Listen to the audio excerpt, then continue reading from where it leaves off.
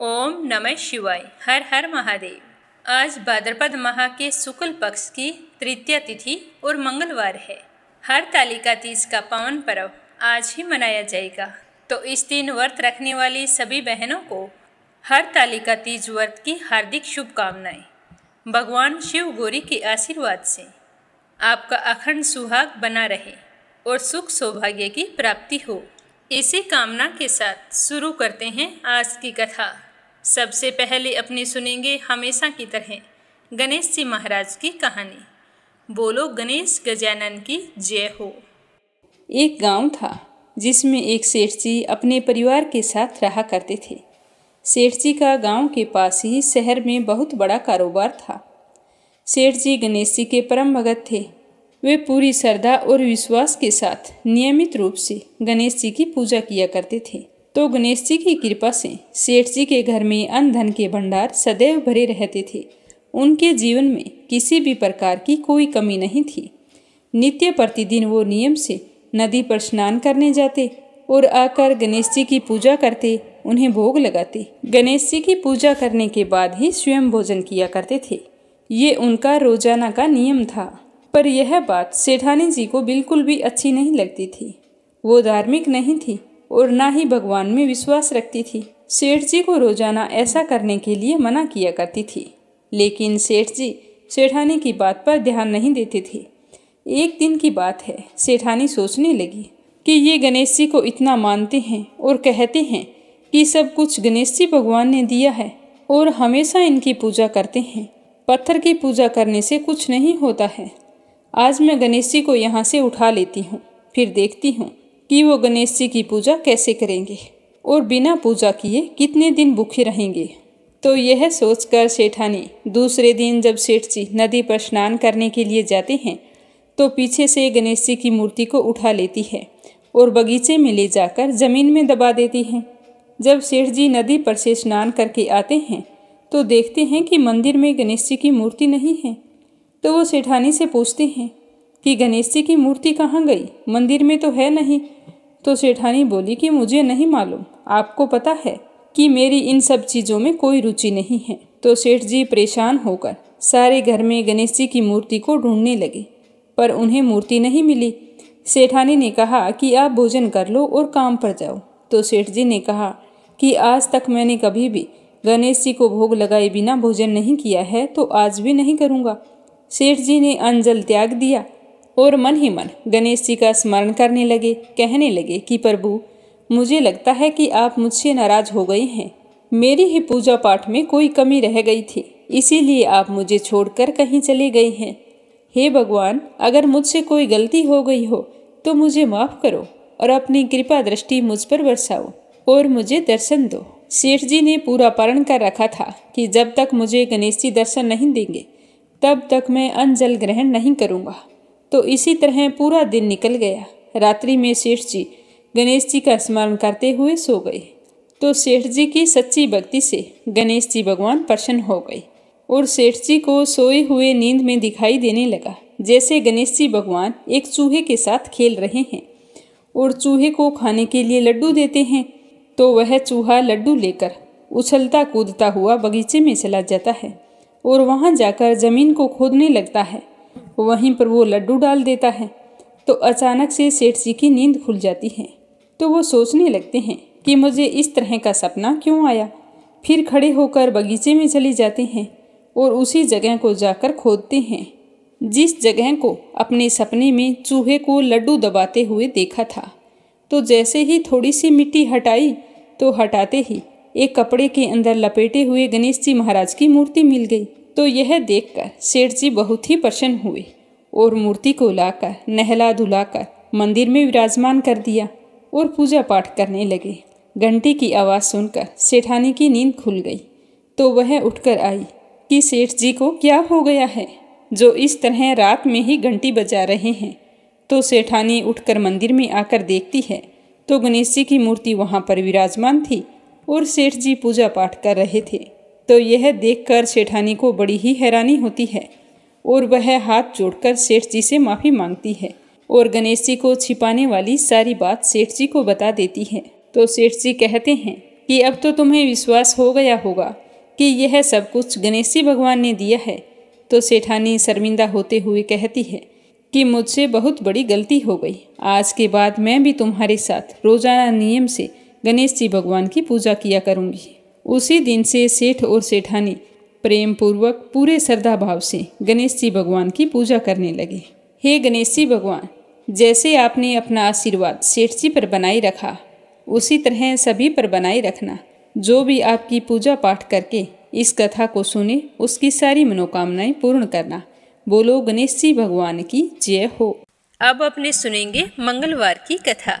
बोलो हनुमान जी बाबा की जय हो। एक बार नेमिषारण्य तीर्थ में 88,000 मुनि एकत्रित होकर सूत जी से पूछने लगे कि हे महामुनि, आपने हमें अनेक पुराणों की कथाएं सुनाई हैं। अब कृपया करके हमें कोई ऐसा व्रत और उसकी कथा बताइए जिसके करने से संतान की प्राप्ति हो तथा मनुष्य को रोग, शोक, अग्नि, सर्प आदि का भय न रहे। कलयुग में सभी जीवों की आयु बहुत ही कम होती है। अगर उन्हें इस तरह रोग और चिंता के कष्ट लगे रहेंगे तो वे श्री हरि के चरणों में अपना ध्यान कैसे लगा पाएंगे। तो श्री सूत जी ने कहा कि हे मुनियों, एक बार युधिष्ठिर ने भगवान श्री कृष्ण से लोक कल्याण के लिए यही प्रश्न किया था। भगवान श्री कृष्ण और युधिष्ठिर का संवाद आज मैं आपके सामने कहता हूँ, आप ध्यान देकर सुनना। एक समय हस्तिनापुर की राजसभा में योगीराज श्री कृष्ण बैठे हुए थे। तब युधिष्ठिर ने भगवान श्री कृष्ण से प्रश्न किया कि हे प्रभु, हे नंद नंदन गोविंद, आपने मुझे अनेकों कथाएं सुनाई हैं। आज कृपया करके मुझे कोई ऐसा व्रत या कथा सुनाइए जिसके करने से मनुष्य रोग, चिंता तथा भय से मुक्त हो जाए तथा उसे पुत्र की प्राप्ति हो। हे प्रभु, बिना पुत्र मनुष्य का जीवन व्यर्थ है, क्योंकि बिना पुत्र के मनुष्य नरक का गामी होता है। पुत्र के बिना मनुष्य का पितर ऋण से छुटकारा नहीं हो पाता। उसके पितर लोक में सदा अतृप्त रहते हैं। अतः कोई पुत्रदायक व्रत बतलाइए। तो भगवान श्री कृष्ण कहने लगे कि हे राजन, मैं आपको एक प्राचीन इतिहास सुनाता हूँ, आप उसे ध्यान देकर सुनना। कुंडलपुर नाम के नगर में एक बुद्धिमान ब्राह्मण रहता था। उसका गुजारा मुश्किल से होता था। उसे अपने गरीब होने का उतना दुख नहीं था जितना कि उसके संतान न होने के कारण वह दुखी रहता था। उसकी पत्नी सुनंदा पतिव्रता नारी थी। वह भक्तिपूर्वक श्री हनुमान जी की आराधना किया करती थी। मंगलवार के दिन व्रत करके अंत में भोजन बनाकर हनुमान जी को भोग लगाने के बाद स्वयं भोजन करती थी। एक दिन मंगलवार को गृह कार्य अधिक होने के कारण वह हनुमान जी को भोग लगाना भूल गई, जिससे उसे बहुत ही दुख हुआ। तो उसने उस दिन खुद भी भोजन नहीं किया और मन ही मन प्रण लिया कि मैं अब अगले मंगलवार को ही हनुमान जी को भोग लगाकर अन्न जल ग्रहण करूंगी। तो 6 दिन तक ब्राह्मणी सुनंदा अपने प्रण के अनुसार भूखी प्यासी और निराहार रही, परंतु 7वें दिन मंगलवार को वह प्रातः ही बेहोश होकर गिर पड़ी। सुनंदा की इस असीम भक्ति से श्री हनुमान जी बहुत ही प्रसन्न हुए और उसके सम्मुख प्रकट होकर कहने लगे कि सुनंदा, मैं तेरी भक्ति से बहुत ही प्रसन्न हूँ, तू उठ और वरदान मांग। सुनंदा अपने आराध्य देव हनुमान जी को अपने समक्ष देखकर बहुत ही खुश हुई और उनके चरणों में गिर पड़ी और कहने लगी कि हे प्रभु, मेरे कोई संतान नहीं है, अतः आप मुझे संतान प्राप्ति का आशीर्वाद प्रदान करें। तो सुनंदा की बात सुनकर हनुमान जी ने कहा कि तुम्हारी इच्छा अवश्य पूर्ण होगी। तुम्हारे यहाँ एक कन्या जन्म लेगी, उसके अष्टांग प्रतिदिन सोना दिया करेंगे। इस तरह वरदान देकर हनुमान जी अंतर्ध्यान हो गई और ब्राह्मणी सुनंदा बहुत ही खुश हुई और चूरमा बनाकर हनुमान जी को भोग लगाया। फिर अपने व्रत का पारण किया। जब उसका पति घर आया तो वह बहुत ही खुश होकर भगवान का दिया हुआ वरदान अपने पति को बताया। तो लड़के के बारे में सुनकर ब्राह्मण देवता पहले तो दुखी हुए, परंतु सोना मिलने की बात सुनी तो वो प्रसन्न हो उठे। सोचने लगे कि अगर ऐसी कन्या मेरे घर जन्म लेगी तो मेरी तो सारी गरीबी दूर हो जाएगी। तो हनुमान जी की कृपा से 10वें महीने ब्राह्मणी ने बहुत ही सुंदर कन्या को जन्म दिया। 10वें दिन ब्राह्मण ने अपनी उस बालिका का नामकरण संस्कार करवाया तो उनके कल पुरोहित ने उस बालिका का नाम रत्नावली रखा। रत्नावली ने अपने पिछले जन्म में मंगल देव के व्रत किए थे तो उसके पुण्यों के प्रभाव से रतनबाला का अष्टांग प्रतिदिन बहुत सारा सोना देता था। उस सोने से नंदा ब्राह्मण बहुत ही धनवान हो गया और ब्राह्मणी सुनंदा में भी इस बात का अभिमान आ गया। ऐसे ही समय बीतता गया। जब रत्नावली 10 बरस की हुई तो सुनंदा ने अपने पति से कहा कि स्वामी, हमारी बेटी विवाह योग्य हो गई है, अतः हमें कोई सुंदर तथा योग्य वर देखकर उसका विवाह कर देना चाहिए। तो यह बात सुनकर नंदा ब्राह्मण कहने लगा कि हमारी बेटी रत्नावली अभी तो बहुत छोटी है, अभी से क्यों परेशान होती हो। तो ब्राह्मणी कहने लगी कि हे पतिदेव, रजस्वाला का दान देने वाले माता पिता को घोर नरक की प्राप्ति होती है। तो अपनी पत्नी की बात सुनकर नंदा ब्राह्मण कहने लगा कि हमारी बेटी तो अभी 10 बरस की हुई है और मैंने तो 16-16 साल की कन्याओं के विवाह करवाए हैं, अभी क्या जल्दी है। तो ब्राह्मणी सुनंदा कहने लगी कि आप ये सब लोभ के कारण कह रहे हैं। आप ब्राह्मण हो और ब्राह्मण को शास्त्रों के आदेश का पालन करना चाहिए। नंदा ब्राह्मण के पास अपनी पत्नी के बात का जवाब नहीं था।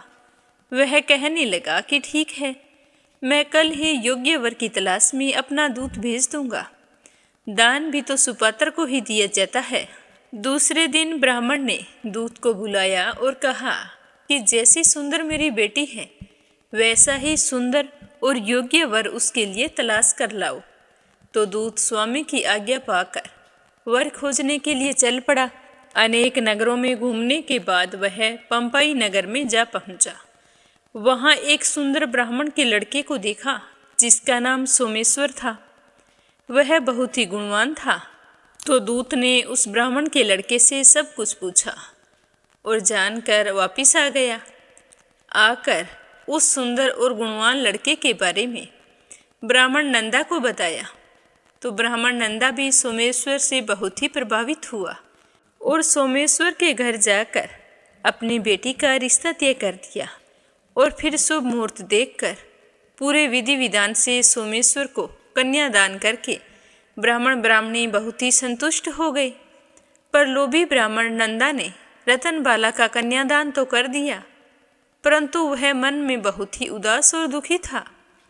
वह विचार कर रहा था कि रतनबाला तो अब ससुराल चली जाएगी, अब इसे जो सोना मुझे मिलता था वो तो बंद हो जाएगा और जो कुछ मेरे पास धन बचा कर रखा हुआ था वह तो इसके विवाह में खर्च हो गया और जो धन शेष है वो थोड़े ही दिनों में समाप्त हो जाएगा और मैं फिर से गरीब हो जाऊंगा। तो मुझे कोई ऐसा उपाय करना चाहिए जिससे रतनबाला मेरे घर पर ही रहे। तो इस तरह सोचते सोचते उसने एक क्रूर निर्णय ले लिया। उसने विचार किया कि जब सुबह रतनबाला का पति सोमेश्वर उसे अपने साथ घर लेकर जा रहा होगा तब मार्ग में ही मैं उसका वध करवा दूंगा और फिर रतनबाला को अपने साथ घर ले आऊंगा, जिससे मुझे रोजाना सोना भी मिलता रहेगा और मैं लोगों के नज़र दोष से भी बच जाऊंगा। कोई मुझे यह नहीं कहेगा कि मैंने अपनी बेटी का विवाह नहीं किया, क्योंकि ब्राह्मण परिवार में कन्या का विवाह सिर्फ एक ही बार किया जाता है।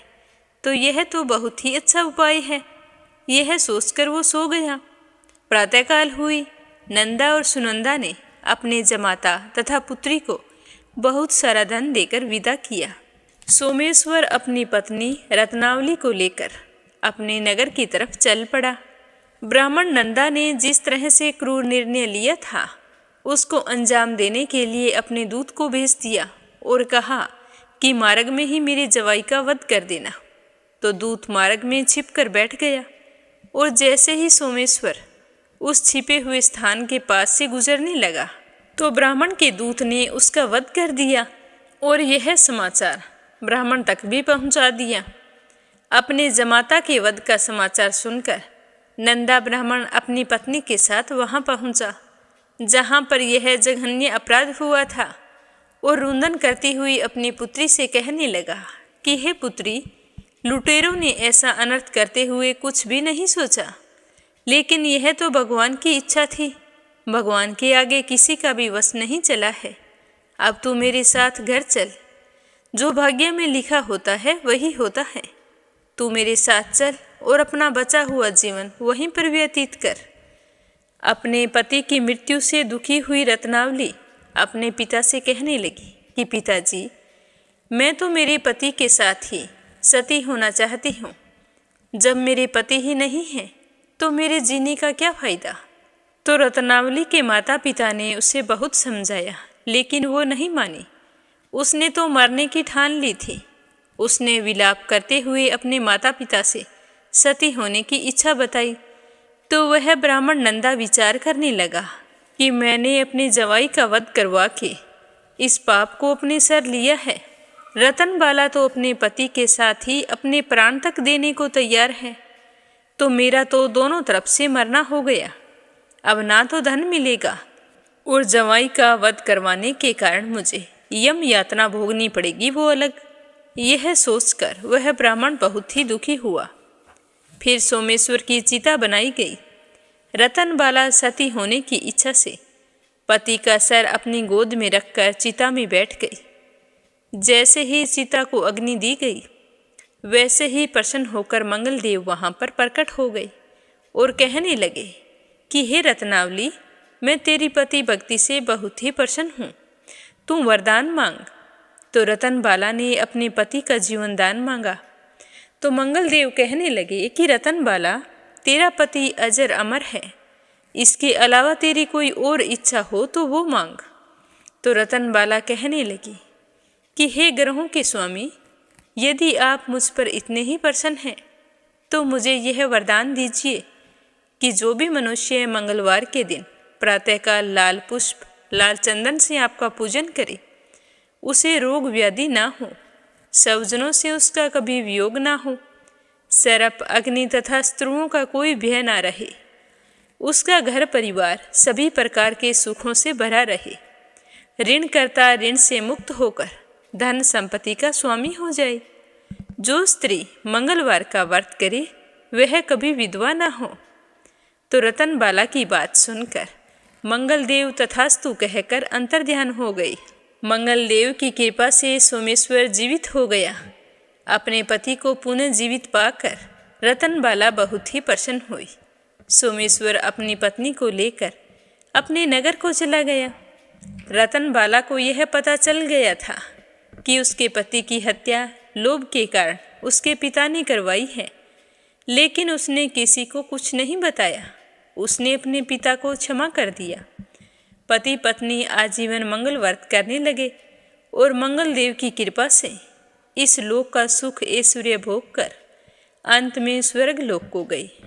हे हनुमान जी बाबा, जो भी व्यक्ति मंगलवार के दिन व्रत रखकर आपकी इस परम पावन कथा को सुने, उसकी सारी मनोकामनाएं पूर्ण करना और अपना आशीर्वाद हमेशा उस पर बनाए रखना। बोलो हनुमान जी बाबा की जय हो। अब अगली कहानी अपने सुनेंगे तीज व्रत की। वैसे तो इस कथा को इसी चैनल पर अलग से प्रस्तुत किया गया है। जो भी बहनें व्रत रखें वो कथा के दौरान सुन सकती हैं। बोलो शिव गौरी की जय हो। एक समय कैलाश पर्वत पर भगवान शंकर तथा माता पार्वती जी बैठे हुए थे। तभी बोले शंकर अचानक से वहां से खड़े हुए और चल पड़े। माँ पार्वती जी ने पूछा कि स्वामी, आप कहाँ जा रहे हैं? तो भगवान बोले शंकर ने कहा, आज मैं तो पृथ्वी लोक जा रहा हूँ। आज मेरी तो भ्रमण करने की बड़ी इच्छा है। तो यह सुनकर पार्वती माता ने कहा कि मैं भी आपके साथ चलूँगी। तभी नारद जी वहाँ पर आ गए और दोनों को इस तरह कैलाश पर्वत से जाते हुए देखकर पूछने लगे कि आप इस तरह से कहाँ जा रहे? बड़े ही प्रसन्न दिखाई दे रहे हैं।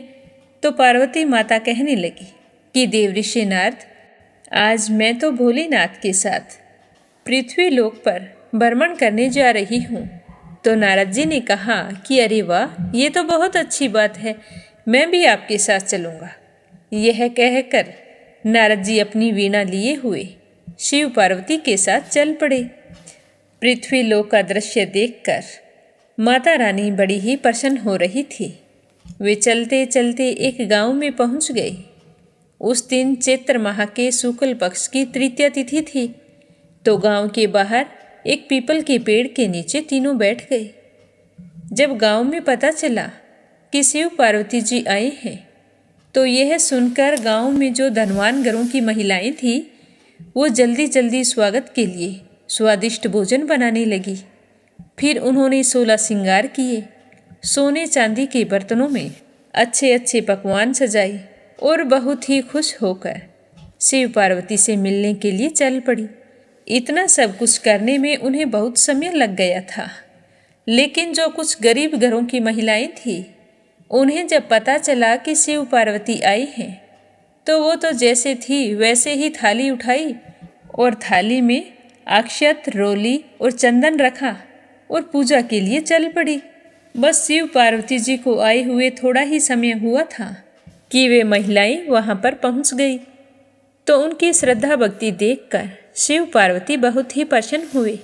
वे बड़े ही प्रेम भाव से पार्वती माता को रोली से तिलक किया और भोले शंकर को चंदन से तिलक किया। फिर भाव विभोर होकर उनकी स्तुति करने लगी। तो पार्वती माता ने प्रसन्न होकर अपना सारा सुहाग रस उन पर छिड़क दिया। वे अटल सुहाग प्राप्ति का वरदान पाकर बड़ी ही प्रसन्न हुई और एक बार फिर से उनके चरणों में प्रणाम किया और खुश होकर अपने घरों की ओर लौट गई।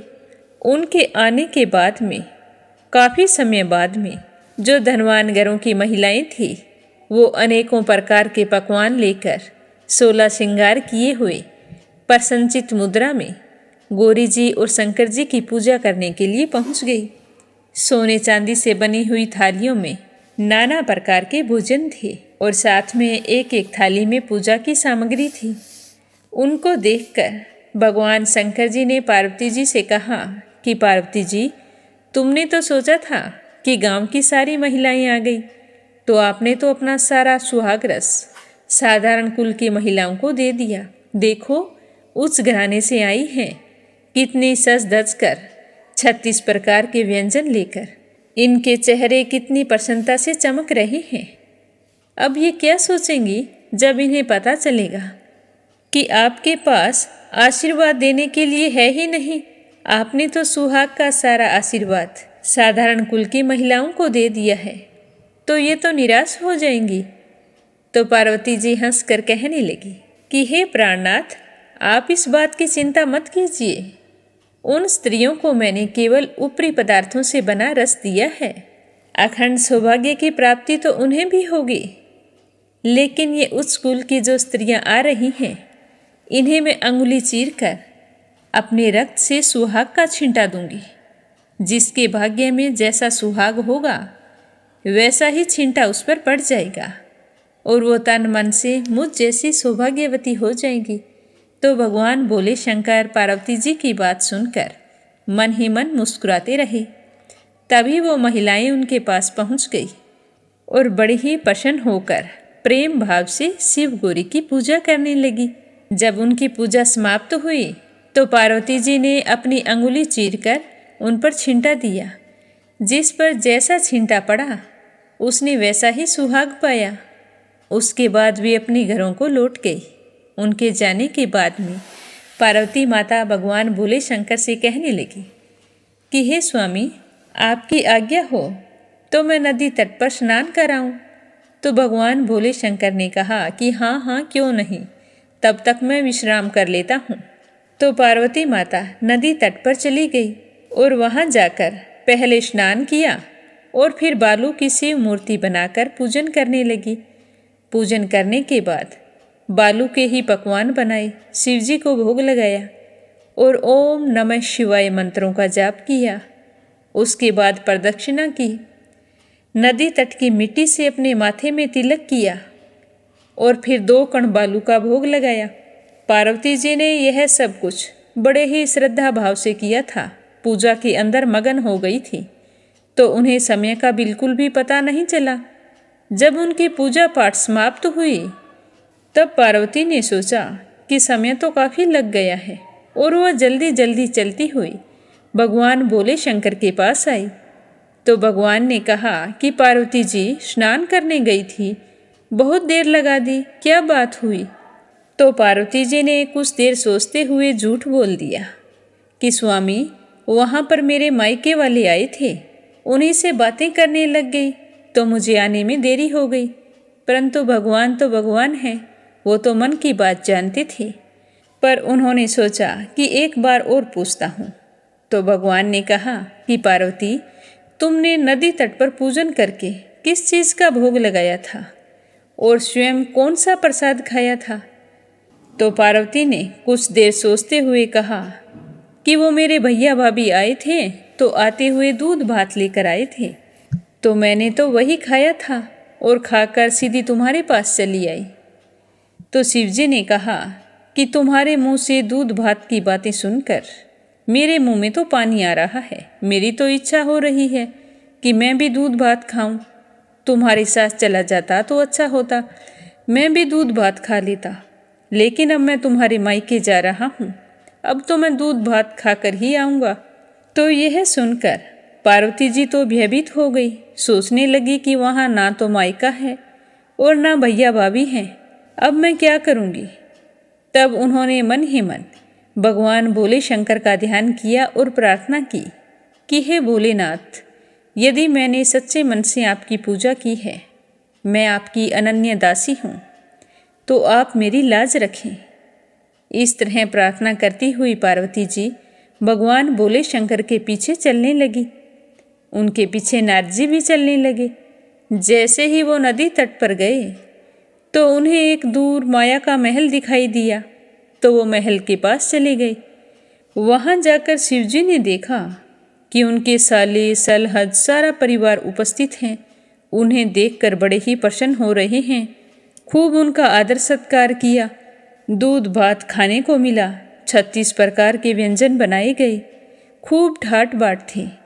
तो भगवान भोले शंकर, पार्वती जी और नारद जी वहाँ पर 2 दिनों तक रहे। पर पार्वती माता का मन भयभीत था कि ये तो माया का महल है, पता नहीं कब नष्ट हो जाए, तो हमें यहाँ से चलना चाहिए। इस तरह सोचकर तीसरे दिन सुबह पार्वती जी ने कहा कि हे स्वामी, अब हमें चलना चाहिए। पर शिवजी का मन नहीं था लौटने का। वो कहने लगे कि अभी क्या जल्दी है, 2-4 दिन और रुकते हैं फिर चलेंगे। तो पार्वती माता रूठकर अकेली ही चल दी। अब पार्वती माता का रूठना शिवजी को अच्छा नहीं लगा और वे भी पार्वती के पीछे पीछे चल पड़े। नारद जी भी साथ में चल दिए। वहाँ से चलते चलते बहुत दूर आ गए। उस समय भगवान सूर्य भी अपने धाम पश्चिम को पधार रहे थे। तो अचानक से भगवान शंकर पार्वती जी से कहने लगे कि हे पार्वती, मैं तुम्हारे मायके में अपनी माला भूल आया हूँ। तो यह सुनते ही पार्वती कहने लगी कि स्वामी, आपकी माला तो मैं अभी ला देती हूँ। यह कहकर पार्वती जी माला लाने के लिए वापस मुड़ी तो भगवान शंकर ने उन्हें रोक दिया। कहने लगे कि सूर्य अस्त हो गया है, तुम अंधेरे में अकेली कहाँ जाओगी, मैं ले आता हूँ। तो पार्वती ने कहा कि नहीं स्वामी, आप नहीं जाएंगे, मुझे यहाँ पर अकेले डर लगता है। और अंदर ही अंदर पार्वती भयभीत हो रही थी।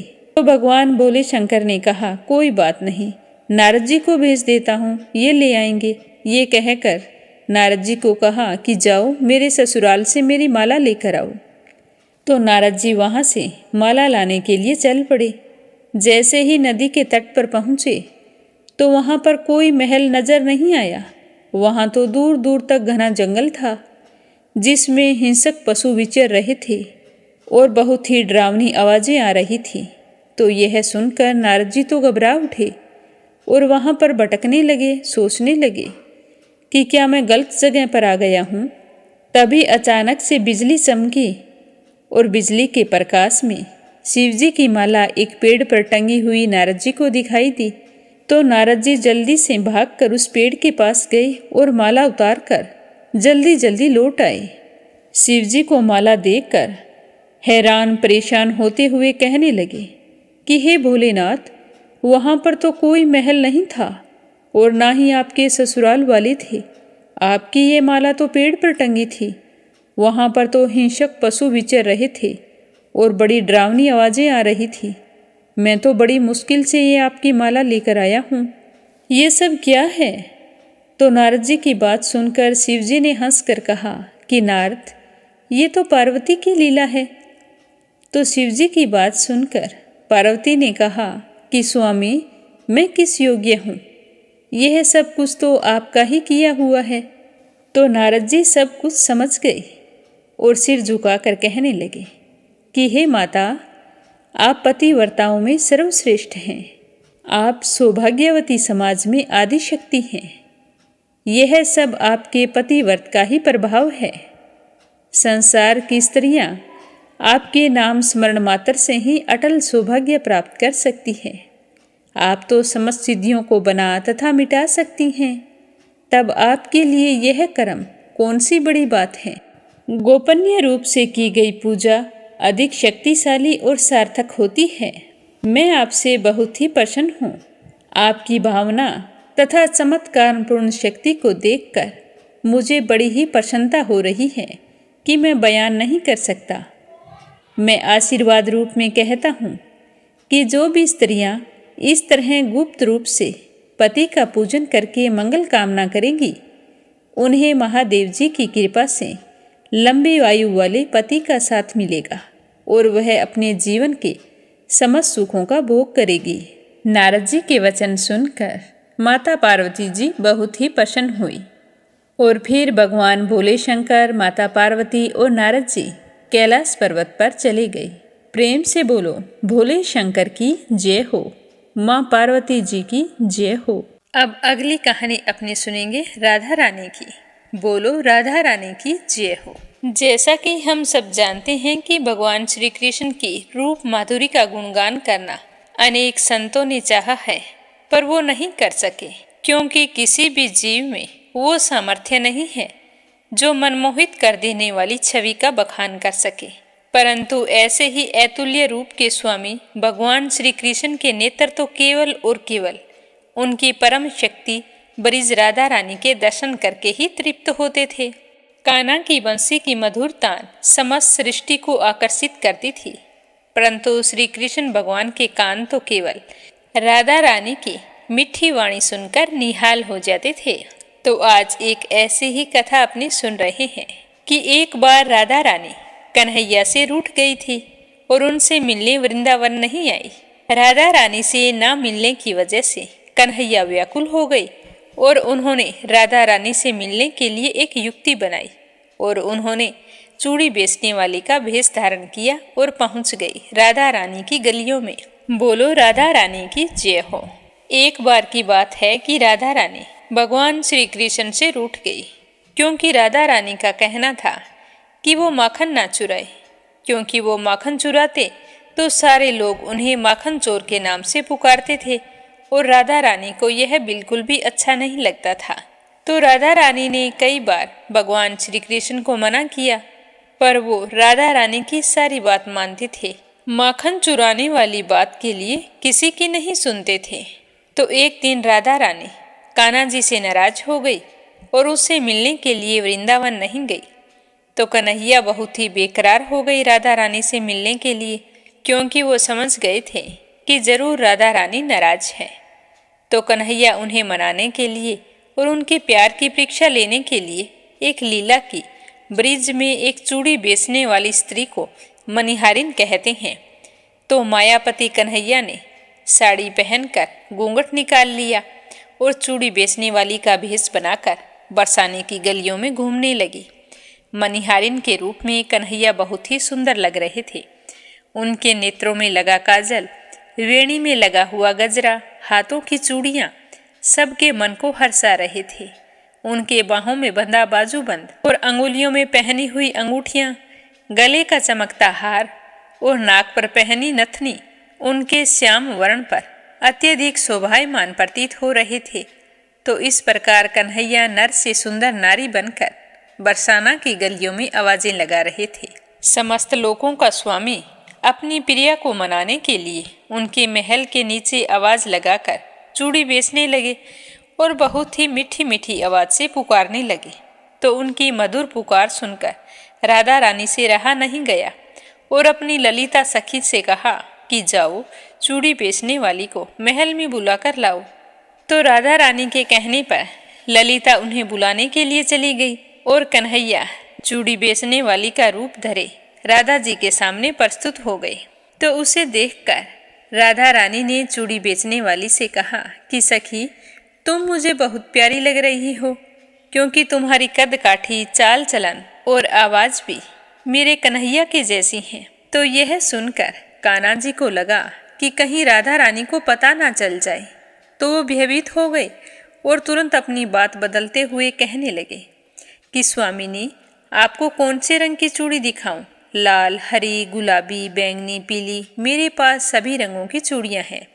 उनके यह बात खत्म होने से पहले ही राधा रानी बोल पड़ी कि मैं केवल श्याम रंग की चूड़ी पहनूंगी। तो यह सुनकर कन्हैया को थोड़ा अजीब लगा।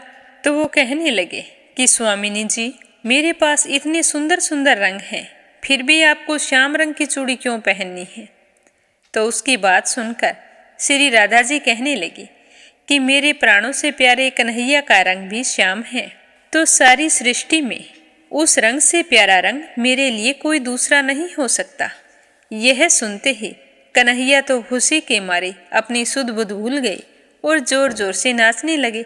नाचते नाचते उनके सर से साड़ी का पल्लू नीचे खिसक गया और उनकी चोरी पकड़ी गई। यह देखकर राधा रानी से भी रहा नहीं गया और उन्होंने अपने कन्हैया को गले से लगा लिया। तो इस प्रकार कान्हा जी और श्री राधा जी का मिलन देखकर सारी सखियां बहुत ही खुश हुई और राधा कृष्ण को बीच में लेकर उनके इर्द गिर्द नृत्य करने लगी। बोलो राधा रानी की जय हो, बोलो कृष्ण कन्हैया की जय हो। अब अपने सुनते हैं स्कंद पुराण का आगे का अध्याय। बोलो स्कंद पुराण की जय हो, शिव परिवार की जय हो। आज अपने सुनेंगे वेंकटाचल के मुख्य तीर्थों का वर्णन, पुराण सुनने की महिमा और नियम तथा अर्जुन की तीर्थ यात्रा। ऋषियों ने पूछा कि हे सूत जी, इस वेंकटाचल पर उत्तम धर्म विषयक अनुराग प्रदान करने वाले मुख्य मुख्य तीर्थ कितने हैं? कौन से ज्ञानदायक हैं? कौन भक्ति और वैराग्य देने वाले हैं तथा कौन से मोक्ष प्रदान करने वाले हैं? उन सब के बारे में हम जानना चाहते हैं, विस्तार पूर्वक वर्णन कीजिए। तो ऋषियों की बात सुनकर श्री सूत जी कहने लगे कि उत्तम व्रत का पालन करने वाले शौनक जी, इस श्रेष्ठ पर्वत पर मुख्य मुख्य 108 तीर्थ ऐसे हैं जो उत्तम धर्म में अनुराग प्रदान करने वाले हैं। इन 108 तीर्थों में 60 तीर्थ भक्ति और वैराग्य देने वाले हैं और इस वेंकटाचल के शिखर पर 6 तीर्थ मुक्तिदायक माने गए हैं, जिनके नाम इस प्रकार हैं: स्वामी पुष्करिणी, आकाश गंगा, पाप विनाशन, पांडु तीर्थ, कुमारधारिका तीर्थ और तुम्बु तीर्थ। जो मनुष्य इन तीर्थों के महात्म्य के साथ भगवान विष्णु की भुवन पावनी कथा को सदा सुनता है, वह इस लोक में निश्चय ही भगवान विष्णु का परम भक्त होता है। संपूर्ण भुवनों को पवित्र करने वाली श्री विष्णु कथा को सर्वदा सुनने में यदि कोई समर्थ ना हो, तो 2 घड़ी, 1 घड़ी अथवा 1 क्षण भी जो भक्तिपूर्वक इसे सुन लेता है, उसकी कभी दुर्गति नहीं होती। संपूर्ण यज्ञों और सब प्रकार के दानों से जो फल प्राप्त होता है, वही फल मनुष्य एक बार पुराण कथा सुनने से प्राप्त कर लेता है। पुराण का सुनना और भगवान विष्णु के नामों का कीर्तन, ये 2 ही मनुष्य के पुण्य रूपी वृक्ष के महान फल हैं। यदि कोई बड़ा प्रयत्न करके अमृत पी ही ले, तो भी वह अकेला ही अजर अमर होता है, परंतु भगवान विष्णु का कथा रूप अमृत तो सारे कुल को ही अजर अमर बना देता है। पुराण का जानने वाला विद्वान बालक युवा, वृद्ध, दरिद्र तथा दुर्भाग्य युक्त ही क्यों ना हो, वह पुण्य आत्मा पुरुषों द्वारा सदैव वंदनीय और पूजनीय होता है। पुराण वेता ब्राह्मण जब कथा कहने के लिए व्यासासन पर बैठ जाए, तब प्रसंग की समाप्ति होने तक वह किसी को प्रणाम ना करे। जहाँ खोटे मनुष्य रहते हों उस स्थान पर ना जाए। वह स्थान हिंसक जंतुओं से घिरा हो तथा जिस घर में जुआ खेला जाता हो, वहाँ विद्वान पुरुष पवित्र कथा ना कहें। जो उत्तम ग्रास हो, जहाँ अच्छे लोग बसते हों, जो उत्तम क्षेत्र, पवित्र देवालय अथवा नदी का पवित्र तट हो, वहीं पर विद्वान पुरुषों को अपनी कथा बाँचनी चाहिए। जो श्रद्धा और भक्ति से युक्त हों, अन्य कार्यों में जिनका मन ना लगता हो, जो मौन, पवित्र और शांत भाव से सुनते हों, ऐसे श्रोता ही पुण्य के भागी होते हैं। जो अधम मनुष्य बिना भक्ति भाव के पवित्र कथा सुनते हैं, उनको पुण्य फल की प्राप्ति नहीं होती। जो पान चबाते हुए भगवान की पवित्र कथा सुनते हैं, वे अवश्य ही नरक में जाते हैं। जो पाखंडी ऊंचे आसन पर बैठकर कथा सुनते हैं, वे सारे नरकों को भोग कर अंत में कौवे बनते हैं। जो विरासन लगाकर अथवा सिंहासन पर बैठकर भगवान की कथा सुनते हैं, वे टेढ़े मेढ़े वृक्ष होते हैं। और जो प्रणाम ना करके कथा सुनते हैं, वे जहरीले वृक्ष होते हैं। इसीलिए कथा सुनने से पहले और कथा समाप्त होने के बाद भगवान को प्रणाम अवश्य करना चाहिए। जो स्वस्थ होकर भी सोकर कथा सुनते हैं, वे अजगर बनते हैं। जो वक्ता के समान आसन पर बैठकर कथा सुनता है, वह पाप का भागी होकर नरक में पड़ता है। जो पुराण के ज्ञाता विद्वान की तथा सब पापों का नाश करने वाली उत्तम कथा की निंदा करते हैं, वे कुत्ते बनते हैं। जब जब कथा सुनी जाती हो, उस समय जो दुष्टतापूर्वक उत्तर प्रत्युत्तर करते हैं, वे गधे की योनि में जाते हैं और उसके बाद गिरगिट की योनि में जन्म लेते हैं। जो कथा होते समय उसमें विघ्न डालते हैं, वे करोड़ों वर्षों तक नरक भोग कर अंत में ग्राम शुकर होते हैं। जो नरश्रेष्ठ पुराण वेता विद्वान बैठने के लिए कंबल, मृगश्रम, वस्त्र तथा चौकी देते हैं, वे स्वर्ग लोक में जाकर मनोवांछित भोगों को भोग कर ब्रह्म आदि देवताओं के लोकों में स्थित होते हैं और निरामय पद को प्राप्त हो जाते हैं। और जो पुराण पढ़ने के लिए नया सूत और नया कपड़ा देते हैं, वे प्रत्येक जन्म में भोगवान और ज्ञान संपन्न होते हैं। इस प्रकार वेंकटाचल के महात्म्य को सुनकर सब ऋषियों ने पौराणिकों में श्रेष्ठ सूत जी का यथा योग्य सम्मान करके अनुपम हर्ष प्राप्त किया।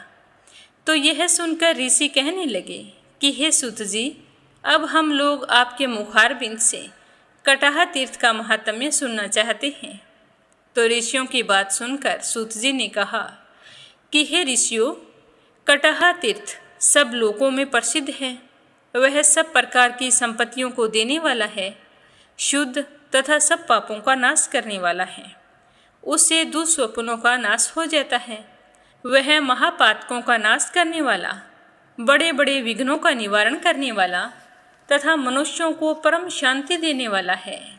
कटाह तीर्थ स्मरण करने मात्र से सब पापों का संहार कर देता है। अतः केशवाय नमः, नारायणाय नमः, माधवाय नमः, इन नामों से अलग अलग उस तीर्थ के जल का आचमन करना चाहिए। तीनों नामों से एक ही बार उस तीर्थ के कल्याण पर जल का पान करना चाहिए, अथवा भगवान वेंकटेश्वर के अष्टाक्षर मंत्र से भोग मोक्ष प्रदान करने वाले इस तीर्थ का जल पीना चाहिए। पहले यह प्रार्थना करें कि हे तीर्थवर, जन्म जन्मांतर में किए हुए मेरे महापाप का शीघ्र ही निवारण करो। उसके बाद मोक्ष मार्ग के एकमात्र साधन कटाह तीर्थ के जल का नित्य पान करना चाहिए। स्वामी पुष्करिणी तीर्थ का स्नान, वराह स्वामी का दर्शन और कटाह तीर्थ के जल का पान, ये तीनों बातें त्रिलोकी में दुर्लभ है। कटाह तीर्थ का यत्न पूर्वक सेवन करना चाहिए, क्योंकि उस तीर्थ का परम उत्तम जल पीकर पापी भी कृतार्थ हो जाते हैं। हे ब्राह्मणों, कटहा तीर्थ का महात्म्य मैंने जैसे सुना था उसी प्रकार आपको सुना दिया है। अब मैं तुम्हें एक दिव्य पाप नाशक कथा सुनाता हूँ। तुम सारे सावधान होकर सुनना। द्वापर युग की बात है। कुंती के पुत्र पांचों पांडव परम बुद्धिमान राजा द्रुपद से उनकी पुत्री यज्ञसेनी को पाकर धृतराष्ट्र की आज्ञा से हस्तिनापुर में गए। वहाँ पितामह भीष्म तथा अंबिका नंदन धृतराष्ट्र के द्वारा सम्मानित होकर उन्होंने दुर्योधन आदि के साथ 5 वर्षों तक निवास किया।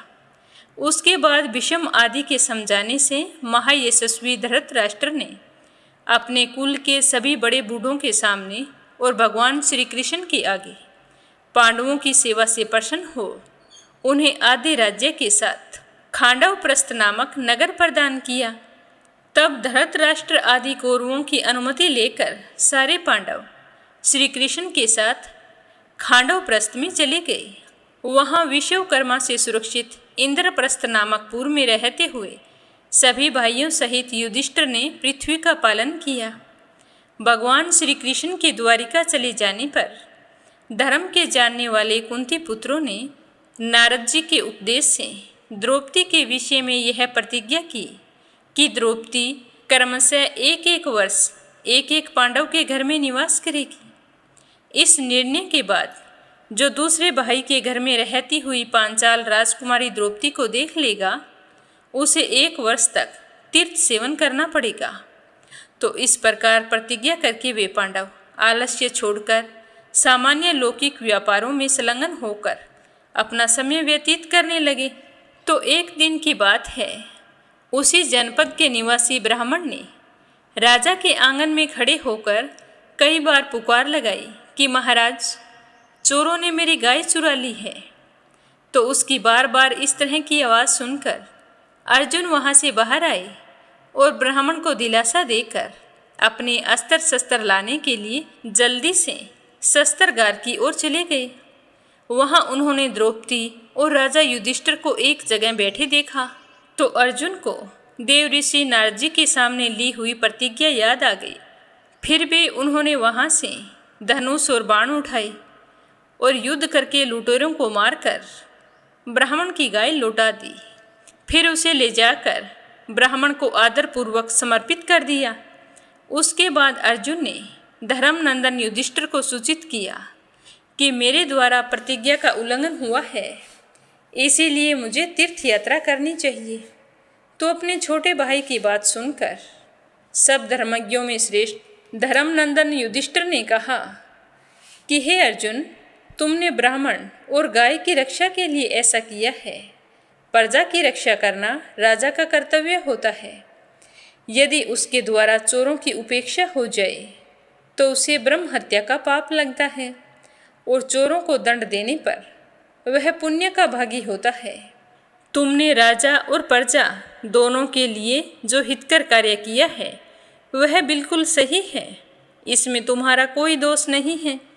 तो धर्मराज का वचन सुनकर सदा धर्म में तत्पर रहने वाले अर्जुन ने हाथ जोड़कर कहा कि हे धर्मराज, आप ऐसी बात ना कहें। आप धर्म के सर्वस्व को जानते हैं, धर्म के साक्षात स्वरूप हैं तथा कर्तव्य और अकर्तव्य के ज्ञाता हैं। समर्थ पुरुष को अपनी की हुई प्रतिज्ञा का कभी भी उल्लंघन नहीं करना चाहिए। भैया, यदि मुझ पर दया करके मुझे तीर्थ में जाने से रोक दोगे तो क्या संसार के लोग मुझे माफ़ करेंगे? वो तो मुझे प्रतिज्ञा तोड़ने वाला ही कहेंगे। उन्हें कौन रोक सकता है? मेरा मन भी तीर्थ यात्रा की उत्कंठा से उतावला हो रहा है। मैं अपनी प्रतिज्ञा से विमुख नहीं हो सकता। भैया, नारद जी ने जो अनुशासन किया है वह हमारे लिए सर्वथा कर्तव्य है। अतः मैंने जो तीर्थ यात्रा का फैसला लिया है इससे आपको प्रसन्न होना चाहिए। स्वामी को सेवकों की प्रतिज्ञा का उनके द्वारा ही निर्वाह करवाना चाहिए। यही सही है और यही हमारा धर्म कहता है। तब अर्जुन की बात सुनकर युधिष्ठिर ने कहा कि तुम कह रहे हो वो सही है और मैं तुम्हारे प्रस्ताव को स्वीकार करता हूँ। तो अर्जुन यह सुनकर बहुत ही खुश हुए और झुककर बड़े विनय के साथ अपने बड़े भाई के चरण स्पर्श किए और फिर वहाँ से भीमसेन आदि बंधुओं से विदा होकर ब्राह्मणों से स्वास्थ्य वाचन कराकर तीर्थ यात्रा के लिए चले गए। राजकुमार अर्जुन ने पहले गंगा नदी के तट पर पहुंचकर उसी के किनारे किनारे निकटवर्ती मार्ग से जाते हुए हरिद्वार, प्रयाग और काशी आदि तीर्थों का सेवन किया और अन्य तीर्थों का दर्शन करते हुए वे ऊंची ऊंची तरंगों से लहराते हुए दक्षिण समुद्र तक जा पहुँचे। फिर परम पवित्र महानदी, प्रसिद्ध पुरुषोत्तम तीर्थ और सिंहांचल का दर्शन करके उन्होंने अपने को कृतकृत्य माना। उसके बाद अर्जुन ने समस्त पातक समूहों का विनाश करने के कारण अतिशय गौरव को प्राप्त हुई पुण्यमयी गोदावरी नदी का दर्शन किया। उसके जल से विधि पूर्वक स्नान करके वे मलापहा नदी के तट पर आ गए और उसके दर्शन करने से अर्जुन को बड़ी ही प्रसन्नता हुई। उसके बाद वे सरिताओं में श्रेष्ठ कृष्णवेदी नदी के समीप जा पहुँचे और भगवान शंकर के निवास स्थान श्री पर्वत का दर्शन किया और उसके बाद पिनाकिनी नदी को पार करके देवताओं और ऋषियों द्वारा सेवित वेंकटाचल पर्वत का दर्शन किया, जो कि भगवान नारायण का प्रिय निवास है।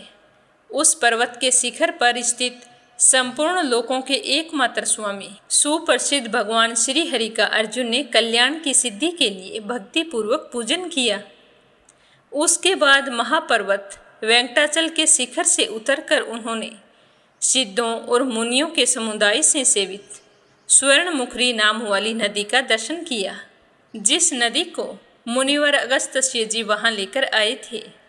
इस प्रकार सब तीर्थों का दर्शन करके आए हुए अर्जुन के मन में महानदी स्वर्णमुखरी ने कई गुना आनंद बढ़ा दिया और स्वर्णमुखरी नदी का दर्शन करके अर्जुन खुद को परम सौभाग्यशाली माना। तो इस तरह सब तीर्थों के दर्शन और उनमें स्नान किया। तो आज की कथा को यहीं पर विराम देते हैं। इससे आगे क्या हुआ यह सुनेंगे कल के अध्याय में। प्रेम भाव से सुनने के लिए आप सभी का बहुत बहुत धन्यवाद। भगवान का आशीर्वाद आप पर हमेशा बना रहे। बोलो स्कंद पुराण की जय हो, शिव परिवार की जय हो। अब आपने सुनते हैं लप्सी और तपसी की कहानी।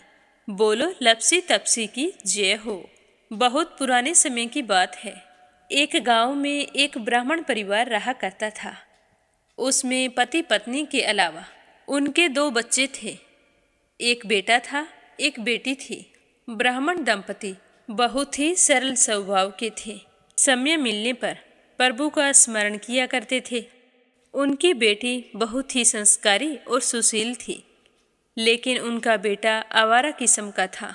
वह कोई काम धाम नहीं करता और ना ही कभी अपने माँ बाप का कहना मानता था। समय के साथ दोनों बहन भाई बड़े हो गए। बहन की शादी कर दी गई, पर भाई का वही हाल था। उसके माँ बाप ने उसे समझाया कि बेटा अब हम वृद्ध हो चले हैं, तुम कोई काम किया करो। लेकिन उस पर उनकी बातों का कोई असर नहीं होता था। तो एक दिन ब्राह्मणी अपने पति से कहने लगी कि स्वामी आप बिल्कुल काम छोड़ दीजिए। जब घर में कुछ भी नहीं होगा तो यह अपनी जिम्मेदारी समझेगा और काम पर लग जाएगा। तो ब्राह्मण ने दूसरे दिन से काम पर जाना छोड़ दिया। तो यह देखकर उनके बेटे ने कोई काम नहीं किया और चोरी करने चला गया। आते जाते राहगीरों को लूट लेता और उसी से अपने घर का गुजारा किया करता था। तो उसकी लूटने और चोरी करने की आदत से सारे गांव वाले उसे लप्सी कहने लगे। तो लप्सी की इस हरकत से उसके माँ बाप बहुत ही दुखी रहते थे, पर वह किसी की सुनने के लिए तैयार नहीं था। इसी तरह समय बीतता गया। एक दिन की बात है कि लप्सी एक पीपल के पेड़ पर बैठा था। तभी शिव पार्वती जा रहे थे। पार्वती माता गहनों से लदी हुई थी। तो लप्सी उन्हें देखकर सोचने लगा कि सूरत के कितने गहने हैं, आज ये सारे के सारे लूट लूँगा तो मुझे कई महीनों तक चोरी नहीं करनी पड़ेगी। तो वह लूटने के इरादे से पीपल की ओट में होकर बैठ गया। जैसे ही शिव पार्वती वहाँ से जाने लगे तो लप्सी एकदम से शिव पार्वती के सामने आकर कहने लगा कि जल्दी से जितने सारे गहने पहन रखे हैं उतार दो। तो पार्वती माता कहने लगी कि तुम चोरी क्यों करती हो? तुम्हें पता है चोरी करना पाप है। तो लप्सी कहने लगा कि क्या करूं? घर पर मेरे माँ बाप हैं, मेरी एक भांजी है, उनके लिए दोनों समय भोजन की व्यवस्था कहाँ से करूं? मुझे कोई काम तो आता नहीं है। तो लप्सी की बात सुनकर पार्वती माता कहने लगी कि तुम जो चोरी करके पाप करते हो, इस पाप का भागी कौन बनेगा? तो लप्सी कहने लगा कि मेरे घर वाले सारे बनेंगे। तो पार्वती माता कहने लगी कि कोई नहीं बनेगा, पाप के भागी केवल तुम बनोगे। तो लप्सी कहने लगा कि मैं लूट खोस कर उन्हीं के लिए लेकर जाता हूँ, तो पाप के भागी तो उन्हें बनना ही पड़ेगा। तो लप्सी की बात सुनकर पार्वती माता ने हंसकर कहा कि हम यहीं पर बैठे हैं और तुम अपने घर जाओ, अपने घर वालों से पूछो कि कोई तुम्हारे पाप का भागी बनेगा क्या? तो यह सुनकर लप्सी भागा भागा अपने घर आया और अपनी माँ के पास गया और कहने लगा कि माँ, मैं चोरी करके लाता हूँ, राह चलते राहगीरों को लूटता हूँ, तुम्हारे लिए ही तो करता हूँ। तो तुम मुझे एक बात बताओ, चोरी करने से जो पाप लगता है, तो आप मेरे पाप के भागी बनोगे? तो लप्सी की बात सुनकर उसकी माँ कहने लगी कि बेटा, मैंने तो तुमसे नहीं कहा कि तुम चोरी करके लाओ, तुम कमा कर लाओ, हमें तो 2 वक्त की रोटी चाहिए, मैं तो तुम्हारी पाप की भागी नहीं बनूंगी।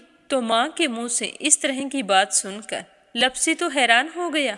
फिर वह अपने पिताजी के पास गया और जाकर कहने लगा कि पिताजी, मैं जो कुछ भी लूट खोस के लाता हूँ वो आपके लिए ही तो लाता हूँ।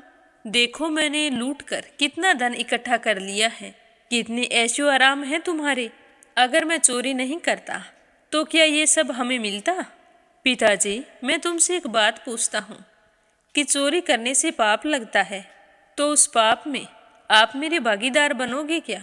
तो लप्सी की बात सुनकर उसके पिताजी कहने लगे कि बेटा, मैंने नहीं कहा कि तुम चोरी करके लाओ, तुम कमा कर लाओ, मैं तुम्हारे पाप का भागी नहीं बनूंगा।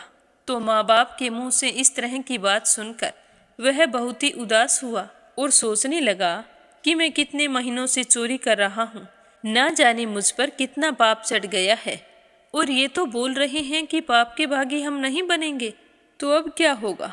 तो वह बड़े ही दुखी मन से शिव पार्वती से मिलने के लिए चल पड़ा। जैसे ही घर से बाहर निकलने लगा तो उसकी छोटी सी भांजी दरवाजे पर खेल रही थी। उसे पता नहीं था कि पाप पुण्य क्या होता है, तो वो कहने लगी कि मामा, पाप की भागी मैं बनूंगी। तो उसके इस तरह कहते ही लप्सी ने उसे गोद में उठाया और चल पड़ा। शिवजी भगवान और पार्वती माता के पास जाकर कहने लगा कि घर वालों ने पाप का भागी बनने से मना कर दिया है और एक यही है जो पाप की भागी बनने को तैयार है। फिर लप्सी बड़े ही दीन स्वर में कहने लगा कि हे भगवान, मैं समझ गया हूँ कि चोरी करना पाप है। आज तक जो मैंने काम किया वो बहुत ही गलत था, लेकिन अब मैं इसका प्रायश्चित करना चाहता हूँ। अब तुम ही बताओ, मुझे मेरे पापों से मुक्ति कैसे मिलेगी? तो उसकी बात सुनकर शिव पार्वती बहुत ही खुश हुए और लप्सी को कच्चे सूत का एक छोटा सा गोला देते हुए कहा कि लप्सी, ये सूत लो और इस पीपल के चारों ओर परिक्रमा लगाओ। जब यह सूत समाप्त हो जाएगा तब तुम्हारे सारे पाप नष्ट हो जाएंगे। तो यह सुनकर लप्सी बहुत ही खुश हुआ। सोचने लगा कि छोटा सा गोला है, अभी लपेट कर घर चला जाऊंगा, उसके बाद में कभी कोई पाप नहीं करूंगा। फिर उसने अपनी बांजी को कंधे पर बैठाया और पीपल की परिक्रमा लगानी शुरू कर दी। अब भगवान का वह सूत खत्म कहाँ होने वाला था। लप्सी चक्कर लगाता गया पर वह सूत खत्म नहीं हुआ। चक्कर लगाते लगाते 1 महीने, 6 महीने, साल, पूरे 12 साल बीत गए, पर वह सूत खत्म नहीं हुआ। 12 साल बाद एक बार फिर शिव पार्वती जी वहाँ से गुजर रहे थे, तो पार्वती माता ने कहा कि स्वामी, चलो लप्सी को चलकर देखते हैं। तो शिवजी कहने लगे, वो चोरी करने वाला, लूटने वाला कब का चला गया होगा? तो पार्वती माता कहने लगी कि नहीं स्वामी, चलकर देखने में क्या जाता है, चलो एक बार देखते हैं। तो शिव पार्वती जी जैसे ही पीपल वृक्ष के पास आए तो देखा कि लप्सी तो अब भी चक्कर लगा रहा है। वहाँ चारों ओर गहरी खाई हो गई है और लपसी की बड़ी बड़ी दाढ़ी, मूंछें, नाखून बढ़ गए हैं।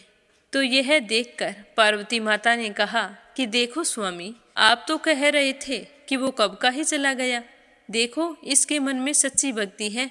तो पार्वती की बात सुनकर शिवजी ने कहा कि चलो अभी देख लेता हूँ। तो यह कहकर शिवजी ने एक सोने का कड़ा लपसी के आगे फेंक दिया। तो लपसी ने झट से उसके ऊपर पैर कर लिया। फिर अचानक से उसका ध्यान शिव पार्वती जी की ओर गया। तो वो हाथ जोड़कर कहने लगा कि भगवान, अब तो मेरे पाप समाप्त हो गए होंगे, आप मुझे यहाँ से जाने की आज्ञा दीजिए। आपका यह सूत अभी तक खत्म नहीं हुआ है। तो शिवजी भगवान ने कहा कि तुम्हारे पाप कर्म भी अभी तक पूरे नहीं हुए हैं। तो शिवजी की बात सुनकर लपसी कहने लगा कि भगवान, मुझे पूरे 12 वर्ष हो गए हैं आपकी भक्ति करते करते, और अब भी आप मुझ पर शक कर रहे हैं। तो शिवजी ने कहा कि अपना पैर उठाओ। तो जैसे ही लपसी ने अपना पैर उठाया तो उसके पैर के नीचे सोने का कड़ा था। तो यह देखकर लपसी शर्मिंदा हो गया और कहने लगा कि प्रभु, गलती हो गई, मुझे माफ़ करो, आगे से मैं ऐसी गलती कभी नहीं करूँगा। तो शिवजी कहने लगे कि नहीं लपसी, तुम्हारा पाप ऐसे पूरा नहीं हो सकता। अब तुम्हें 12 वर्ष तक और इसी तरह परिक्रमा करनी होगी, उसी के बाद तुम्हारे पाप समाप्त होंगे। यह कहकर शिव पार्वती वहाँ से चले गए और वह फिर से पीपल के पेड़ की परिक्रमा करता रहा। करते करते 12 साल बीत गए। 12 साल बाद में शिव पार्वती जी वहाँ पर आए तो उन्होंने देखा कि आज भी वो वहीं पर चक्कर लगा रहा है। तो शिवजी ने फिर उसके सामने सोने की अंगूठी फेंकी, पर उसने कोई ध्यान नहीं दिया।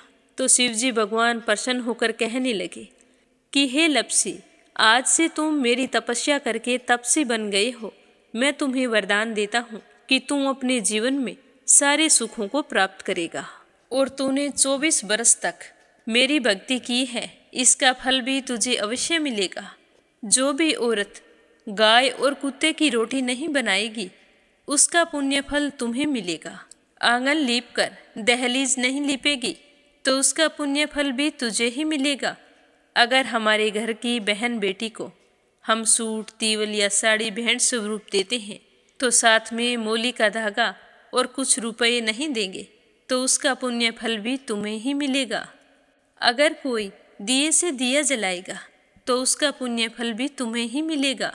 अगर व्रत और पूजा पाठ में सारी कहानी सुन ले और तुम्हारी कहानी ना सुने, तो उसका पुण्य फल भी तुम्हें ही मिलेगा। कहा जाता है कि तभी से सुबह पहली रोटी गाय की और सुबह की अंतिम रोटी छोटी बनाई जाती है, और शाम को अंतिम रोटी बड़ी बनाई जाती है जो कुत्ते की होती है। और दिए से दिया भी नहीं जलाया जाता। और घर की बहन बेटियों को सूट और तीवल के साथ भेंट स्वरूप कुछ रुपए भी जरूर दिए जाते हैं। और उसी दिन से हर व्रत कथा के बाद में लपसी तपसी की कहानी जरूर सुनी जाती है। और कथा समाप्त होने पर कहा जाता है कि लपसी का फल लपसी को मिले, तपसी का फल तपसी को मिले। हमारी पूजा पाठ का, हमारे व्रत का और हमारी कहानी का पुण्य फल हमें मिले। बोलो लपसी तपसी की जय हो।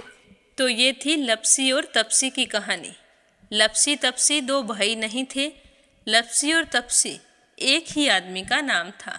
लूट कर लाता था, इसीलिए उसे लपसी के नाम से पुकारते थे। और फिर भगवान की तपस्या करने के कारण उसे तपसी के नाम से जाना जाने लगा। बोलो लपसी तपसी की जय हो। अब अपने सुनते हैं प्यारे श्रोताओं के नाम। आज का पहला कमेंट मीना श्रीवास्तव नेपाल से। दूसरा है संजय, सोनिया, हिताक्षी, दीपेश, मयंक हरियाणा से। और तीसरा है मयूर गुजरात से। बीनू मेहरा दिल्ली से। प्रिया रणवीर देसवाल, पवनी देसवाल, वरदान देसवाल मेरठ से। आशा शर्मा, विष्णु, ज्योति, अंशु भीलवाड़ा से। देवी सिंह, कार्तिक, पायल, सौम्या, उमा रघुवंशी गजबा सौदा से। कमला गुरुग्राम से। आरती खैरावर अगरखर से। श्रीमती शर्मा अलीगढ़ से। शीला सिन्हा मीरा श्रीवास्तव, ममता श्रीवास्तव, माला छम्मा जौनपुर से, रवि सैनी, सीमा सैनी मलियाना से, अंजना सरस्वती, आर्यन उद्धव आचार्य नेपाल से, परमेश्वरी रघुवीर सिंह दिल्ली से, गोवर्धन बैठा रांची से, युवन तिवारी, इंदिरा तिवारी लखनऊ से, सुमन चांदोरा जोधपुर से, श्रीचंद यादव गया बिहार से, मीनू वालिया दिल्ली से, नीलम जायसवाल हैदराबाद से, कोमल निर्मल मुंबई मीरा रोड से, यशोदा मांझी उड़ीसा से, दिल्ली बहादुर भंडारी, सरिता भंडारी, नम्रता भंडारी, सूरज भंडारी नेपाल से, सुनीता पवार मध्य प्रदेश से, अनिल कुमार टिहरी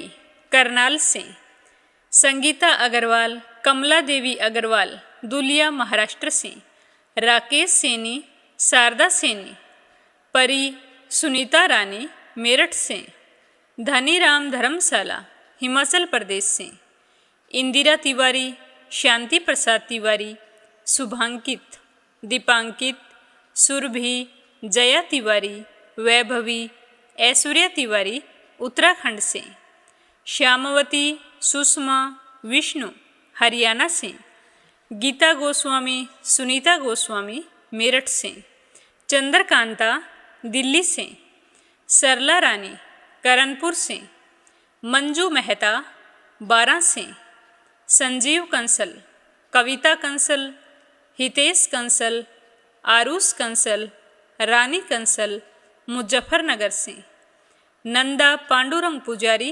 ब्रह्मपुरी महाराष्ट्र से, शोभा कुंवर पुरोहित अहमदाबाद से, मंजुला कपूर पंजाब से, रुक्मणी शर्मा अंबाला से, गीता सैनी करनाल से, गंतव्य पांडे, पवित्रा पांडे, गौरव पांडे नेपाल से, बीना देविका कनिका वाशने अलीगढ़ से, सरोज अग्रवाल जबलपुर से, इंदिरा रावत पलवल से, शंभू प्रसाद भट्ट स्नेहिल, पूर्णिमा देवी भट्ट उत्तराखंड से, नर बहादुर पाल, भागीरथी पाल नेपाल से, सावित्री लम्मानी, अमन लम्मानी रावतसर से, रेखा धर्मेंद्र शर्मा जयपुर से, प्रमोद यादव साहो हिमाचल प्रदेश से, मंजू चौधरी भीलवाड़ा से, निर्मला सिसोदिया दिल्ली से, शांताबेन वाघेला गुजरात के मंडल से, रामावती देवी, जगवीर सिंह, रवि कुमार, राहुल कुमार, अनुज कुमार, रुद्र कुमार, ज्योति, वंदना, भावना, आराध्या, अनाया, अविका तोलू मोलू मेरठ से, रजनी बड़ोला उत्तराखंड से, कमलेश भल्ला जम्मू से, वीणा कालड़ा आगरा से, सम्मन प्रसाद दिल्ली से, शशि वर्मा, अंजलि वर्मा, करण वर्मा पंजाब से, निर्मला पांचाल करनाल से, पूनम यादव करेली से, क्षमा परतुल वडोदरा से, मुकेश वर्मा, श्रीमती कमलेश जबलपुर से, चमेली सैनी अलवर से, सीमा जोशी, रवि कुमार जोशी दिल्ली से, शशि बाला यमुनानगर से, शीला बहन जयपुर से, सावित्री ईश्वरलाल रामचंदानी गाजियाबाद से, विमला नेपाल से, पूजा पाठक उत्तराखंड देहरादून कोशानी से, जयश्री पवार गोरखनाथ पवार महाराष्ट्र से, सीताराम जायसवाल, शकुंतला जायसवाल वाराणसी से, अशोक कुमार जी भटनागर भोपाल मध्य प्रदेश से, कमलेश लाल रुड़की से, स्मिता सीताराम गायकवाड़ महाराष्ट्र से, प्रभा राणा हिमाचल प्रदेश से। आप सभी श्रोताओं का बहुत बहुत धन्यवाद। अपना साथ और सहयोग हमेशा इसी तरह बनाए रखना। श्री हरि के आशीर्वाद से आपकी सारी मनोकामनाएं पूर्ण हों। आप सभी की मंगल कामना के साथ ओम नमः शिवाय। हर हर महादेव।